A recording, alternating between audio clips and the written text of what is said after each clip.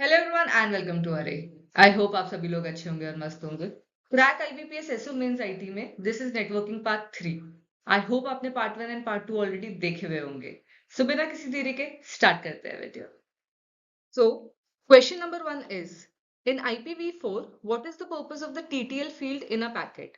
Options है A to indicate the packet size, B to limit the packet's life time in the network, C to define priority of the packet, and D to provide encryption information.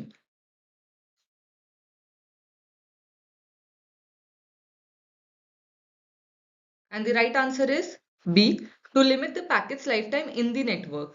तो सबसे पहले तो आप समझ लो कि TTL क्या होता है। TTL का फुल फॉर्म होता है time to live.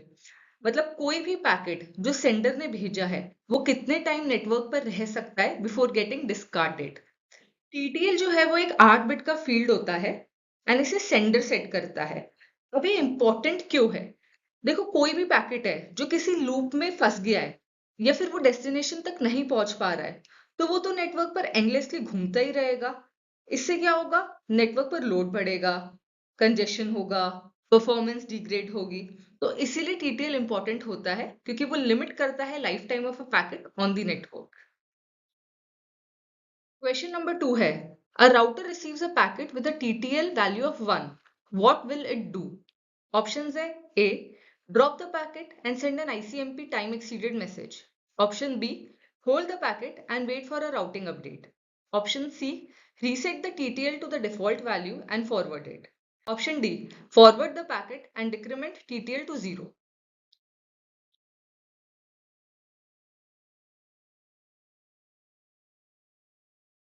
The right answer is option A. Drop the packet and send an ICMP time exceeded message. अब हम लोगों ने TTL के बारे में देखा पिछले क्वेश्चन में कि उसका क्या पर्पस होता है, पर ये वर्क कैसे करता है वो भी देख लेते हैं। TTL अगर पॉजिटिव होता है तो पैकेट फॉरवर्ड होता है नेक्स्ट राउटर को, पर अगर TTL 0 है तो राउटर पैकेट को ड्रॉप कर देता है। अब ये वर्क कैसे करता है? मान लो 4 राउटर्स है R1, R2, R3, R4। R1 को कोई पैकेट भेजना है जिसका TTL 3 है। ठीक है, ये पैकेट गया R2 के पास। R2 के पास आया पैकेट जिसका TTL 3 था, वो क्या करेगा? डिक्रीमेंट कर देगा बाय 1 क्योंकि एक हॉप ऑलरेडी हो चुका है। अब TTL की वैल्यू क्या हो गई? 2। वो क्या कर देगा? नेक्स्ट राउटर को फॉरवर्ड कर देगा क्योंकि TTL पॉजिटिव है, इट इज ग्रेटर देन 0। अब उसके बाद R3 के पास आया पैकेट जिसकी TTL वैल्यू 2 थी। उसने क्या किया? फिर से डिक्रीमेंट किया और फॉरवर्ड कर दिया। अब TTL की वैल्यू क्या हो गई थी? 1। अब R4 के पास पैकेट आया जिसकी TTL वैल्यू क्या थी? 1। उसने डिक्रीमेंट किया 1 से। अब क्या हो गई TTL की वैल्यू? 0। तो 0 हो गई है, मतलब पैकेट को डिस्कार्ड कर दो या ड्रॉप कर दो। तो हमारा क्वेश्चन क्या था कि अगर किसी राउटर के पास एक पैकेट आता है जिसकी TTL वैल्यू 1 है तो वो क्या करेगा? तो वो पैकेट को ड्रॉप कर देगा और एक ICMP मैसेज भेज देगा टाइम एक्सीडेड का। इसलिए करेक्ट ऑप्शन ए है। अब हमने पिछले क्वेश्चन में ये वर्ड देखा था ICMP। इसी को समझाने के लिए हमने ये क्वेश्चन ऐड किया है, इट्स अ बोनस क्वेश्चन। तो अगर आपको याद है कि हमने पिछले क्वेश्चन में किस कॉन्टेक्स्ट में यूज किया था तो आप इजीली आंसर कर पाओगे। पीछे मत जाइएगा, अगर आपको याद है तो ट्राई करिए। बहुत ही सिंपल क्वेश्चन है। क्वेश्चन क्या है?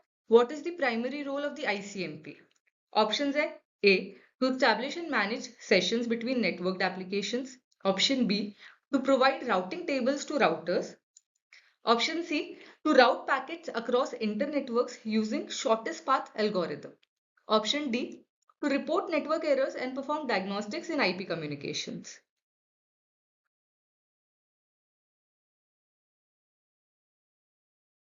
The right answer is option D to report network errors and perform diagnostics in IP communication. ICMP का full form क्या होता है? Internet Control Message Protocol. It is used for sending error messages and perform diagnostics. ये एक supporting protocol है जो कि दोनों ही IP suit IPv4 and IPv6 के लिए यूज होता है एंड राउटर्स होस्ट इसे यूज करते हैं to report errors and perform diagnostics. Question number 3 है which ICMP message type is used by the ping utility to test connectivity? Options है A echo request and reply, option B destination unreachable, option C time exceeded and option D redirect.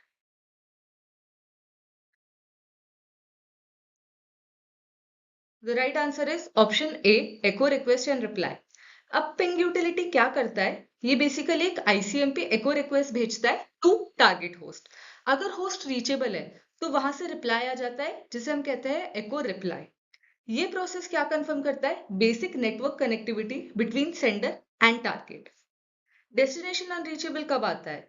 ये जब भी कोई router या host अगर packet को नहीं deliver करवा पाते डेस्टिनेशन पर, तो डेस्टिनेशन अनरीचेबल आता है। इसमें एक बात नोट कर लो, destination unreachable can also be received during ping अगर टारगेट अनरीचेबल है तो, but it is not use by ping to test connectivity. ठीक है, तो ये इंपॉर्टेंट पॉइंट है। क्वेश्चन था कि पिंग यूटिलिटी कनेक्टिविटी टेस्ट करने के लिए क्या मैसेज टाइप भेजता है। तो डेस्टिनेशन अनरीचेबल आ सकता है पिंग के दौरान, बट वो टेस्ट नहीं करता है कनेक्टिविटी। टाइम एक्सीडेड कब आता है? जब टीटीएल 0 हो जाता है, ये हमने पढ़ा था पहले क्वेश्चन में, तब आता है टाइम एक्सीडेड। रीडायरेक्ट ये कब आता है? ये राउटर्स तब भेजते हैं जब उन्हें होस्ट को इन्फॉर्म करना है कि आप डिफरेंट गेटवे यूज करिए आपके पैकेट को भेजने के लिए।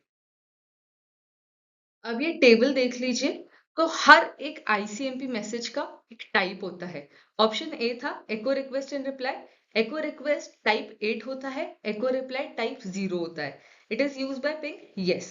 ऑप्शन बी था डेस्टिनेशन अनरीचेबल, उसका ICMP type is 3। Option C था टाइम एक्सीडेड, उसका आईसीएमपी टाइप है 11। एंड ऑप्शन डी था रीडायरेक्ट, जिसका आईसीएमपी टाइप है 5। Question number 4 है, which security feature in an NGFW helps prevent attackers from exploiting vulnerabilities in network applications? NGFW मतलब है Next Generation Firewall. Options है A, Intrusion Prevention System, which is IPS. Option B, Application Layer Gateway. Option C, Deep Packet Inspection. Option D, Dynamic Host Configuration Protocol.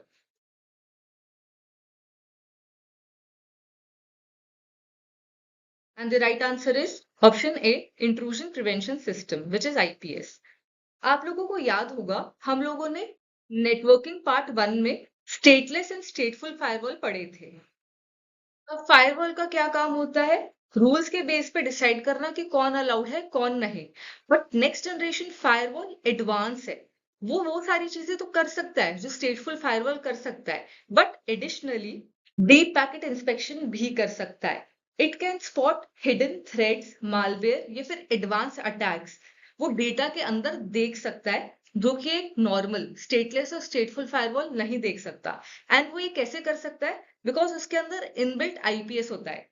IPS क्या है? वो behaviour को analyse करता है, detect करता है attack को, जो कि शायद फायरवॉल, नॉर्मल फायरवॉल मिस करते, और उसे ऑटोमेटिकली ब्लॉक करता है। तो अगर आप ये टेबल देखोगे, तो ट्रैक्स कनेक्शन में स्टेटफुल फायरवॉल और नेक्स्ट जनरेशन फायरवॉल दोनों कर सकते हैं, बट डीप पैकेट इंस्पेक्शन उसमें मिसिंग है, जो कि नेक्स्ट जनरेशन फायरवॉल में होता है। आईपीएस इसके अंदर इनबिल्ट होता है, तो इसका जो सिक्योरिटी लेवल है वो बहुत हाई है। अब अगर हम क्वेश्चन पर वापस आए, तो IPS is the right answer. अब आप ऑप्शन सी देखिए, deep packet inspection. It is a very close option, but एक करेक्ट आंसर नहीं है। क्यों? क्योंकि ये एक टेक्निक है जो कि आईपीएस यूज करता है। By itself DPI can not block threads. ठीक है, वो इनेबल करता है tools like IPS to do सो।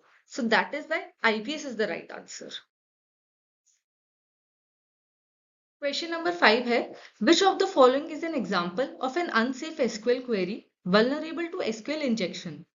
चार ऑप्शंस है आपके पास, चारों सिलेक्ट क्वेरीज है। बताइए करेक्ट आंसर क्या होगा?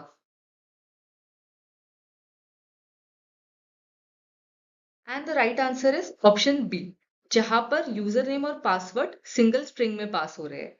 इसके अंदर बेसिकली क्या हो रहा है, आप समझिए कि जो भी डेटा पास हो रहा है ना, वो कॉन्कैटिनेट हो रहा है और ये डायरेक्टली एग्जीक्यूट हो जाएगा। अगर आप ऑप्शन ए, सी और डी देखेंगे, क्वेश्चन मार्क, कोलन और एट द रेट, तो ये बेसिकली प्लेस होल्डर्स का काम करते हैं। प्लेस होल्डर क्या इंश्योर करते हैं कि जो भी यूजर इनपुट कर रहा है वो एक डेटा की तरह ट्रीट हो और डायरेक्टली एक एसक्यूएल कमांड की तरह एग्जीक्यूट ना हो। अब इसको अपन डिटेल में समझते हैं एक एग्जाम्पल के हेल्प से। अब हमारा जो आंसर था उसके अंदर यूजर नेम और पासवर्ड सिंगल इन्वर्टेड कॉमा में पास हो रहे हैं। आप मान लो कोई भी वेबसाइट, जैसे आप फेसबुक लॉग इन कर रहे हो, ठीक है, तो फेसबुक में आप यूजर नेम डालते हो और पासवर्ड डालते हो। अगर आपका कॉम्बिनेशन ठीक है, मतलब अगर कुछ रिटर्न होता है तभी आप लॉग इन कर पाते हो। मान लो मैंने यूजर नेम डाल दिया ये और पासवर्ड डाल दिया मैंने कुछ भी, तो हमारी क्वेरी क्या बनी? Select star from users where user name equal to, दो इन्वर्टेड कॉमा है सिंगल, और one equal to one, and मैंने दो डैश पास किए थे यूजर नेम में। आपको पता होगा कि डबल डैश बेसिकली एक एसक्यूएल कमेंट होता है जो कि बाकी सारी चीजें उसने कर दी हैश आउट।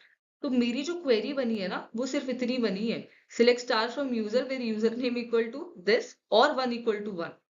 अब आपको पता होगा कि one equal to one is always true. तो बेसिकली क्वेरी तो सारी रोज रिटर्न करेगी। तो इसमें हुआ क्या, मैंने ऑथेंटिकेशन को बाईपास कर दिया है और मैं फेसबुक पे आराम से लॉग इन कर पाऊंगी। तो ये इशू होता है जब आप सिंगल इन्वर्टेड कॉमा यूज करते हो, क्योंकि वो बेसिकली कंकैटिनेट कर रहा है। वेयर एज जब आप क्वेश्चन मार्क, कोलन या फिर एट द रेट यूज करते हो तो ये प्लेस होल्डर की तरह काम करते हैं। मतलब ये डायरेक्टली क्वेरी को एग्जीक्यूट नहीं करते, ये यूजर का जो भी इनपुट है उसे डेटा की तरह ट्रीट करते हैं और सेपरेटली एग्जीक्यूट करते हैं। इसलिए इसका करेक्ट आंसर ऑप्शन बी है।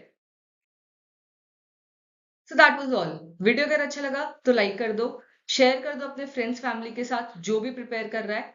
कमेंट सेक्शन में मुझे बताओ अगला किस सब्जेक्ट का वीडियो चाहिए, एंड चैनल नहीं सब्सक्राइब किया तो कर लो यार, फ्री है। Thank you and keep watching. अरे